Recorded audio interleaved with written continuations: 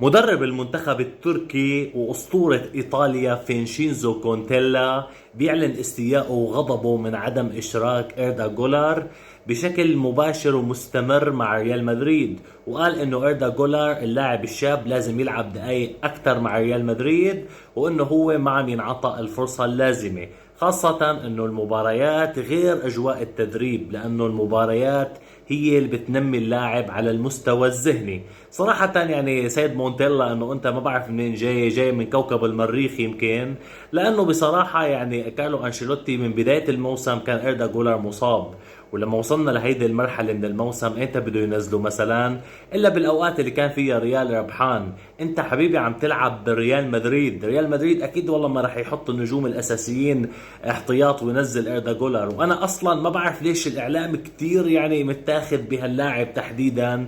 اكيد هو لاعب مهاري واكيد موهبة كبيرة، بس مش لدرجة انه تنزلوه من السماء، يعني صراحة انه ما له هاللاعب الخرافي يعني يلي كل الناس عم تحكي فيه. خطأ كبير تنفخوا اللاعب ببدايته لانه بينتهي قبل ما يبلش، خاصة بنادي مثل ريال مدريد. الإعلام والضوء كتير مسلط عليه. صراحة أنا بشوف كلامه لمونتيلا غير منطقي إطلاقا. كارلو أنشيلوتي هو أكثر مدرب بنمي المواهب. بيبقى أنتوا تعطوني رأيكم بالتعليقات، وسلام.